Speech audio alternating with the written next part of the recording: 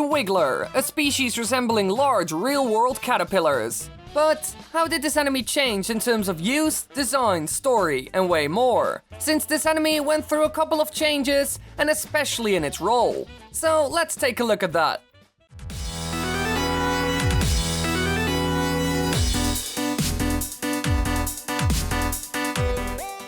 Now, this enemy was introduced a bit late in the series. The first time that we saw them was in the year 1990 in Super Mario World. They are first seen in the Forest of Illusion and also appear in the bonus level Outrageous. When jumped on, Wigglers turn red and they get angry and start moving faster, aggressively chasing Mario or Luigi. They can be beaten using a superstar or a thrown object. Or Yoshi, of course.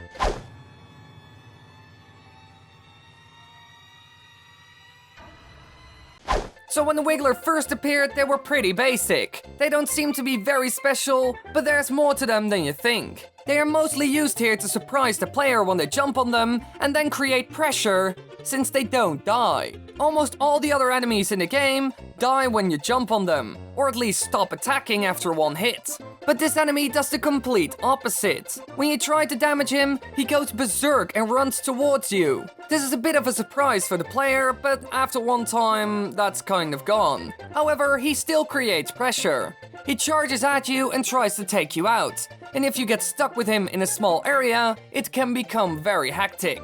And also the visuals and transition between its enraged and normal form is perfect. In the beginning he looks friendly and harmless, but as soon as he gets damaged, the Wiggler turns red and goes nuts, which is a really cool effect. Overall, it's a solid enemy. However, later on they would change a bit, but not in a bad way. Nintendo saw potential in the Wiggler.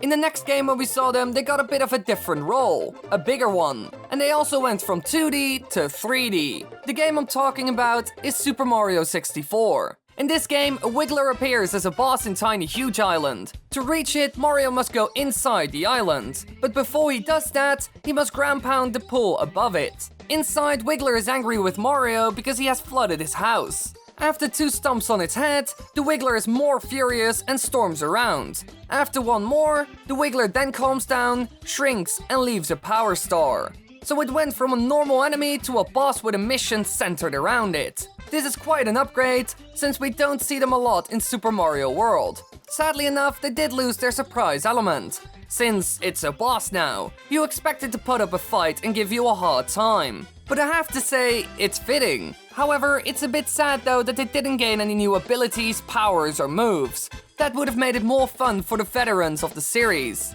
since he is essentially the same as in Super Mario World, but a bit tougher. And the Wiggler also returned in the 3D Mario game that came after that, Super Mario Sunshine. And here they had a similar role. In the first mission, it's blocking light from entering the sandbird inside the egg, preventing the sandbird from hatching. So how does Mario solve that? Well, by torturing the Wiggler with burning rays of light, of course.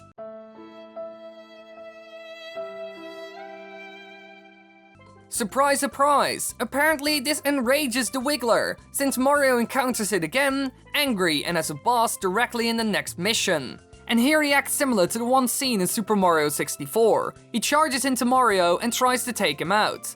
So it's quite similar. The introduction to the boss is only longer, so they didn't really improve on his core mechanics. However, the fight is on a way bigger scale this time, and defeating him also became a bit more difficult. Mario must spray a small June bud, and when he sprays it enough, it will explode into certain shapes like pyramids and domes. And if the Wiggler walks over it when it pops or when it's out, then it will flip him, and you can then ground pound him. So now you need a bit of timing in order to defeat him, but that's not too hard, since he runs a set path. However, he does look very intimidating and dangerous in the game, and he's also huge, which is a cool effect. But the gameplay doesn't really live up to that. And so Mario kills a poor Wiggler that was just in the wrong place at the wrong time.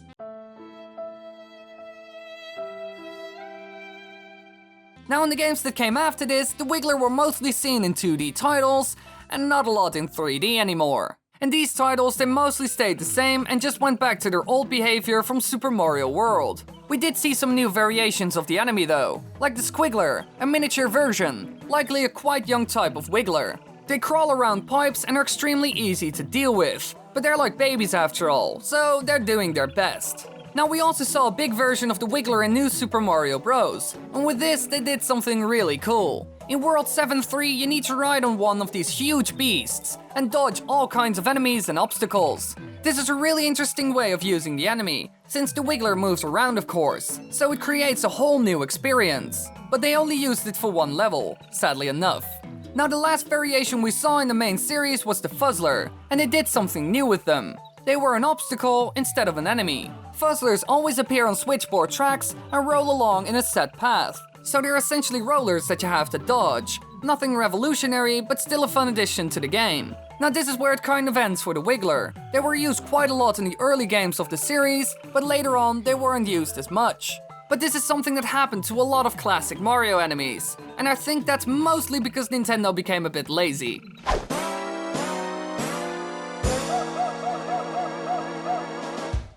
So yeah, let's hope Super Mario Odyssey is a bit better than all these half remakes were.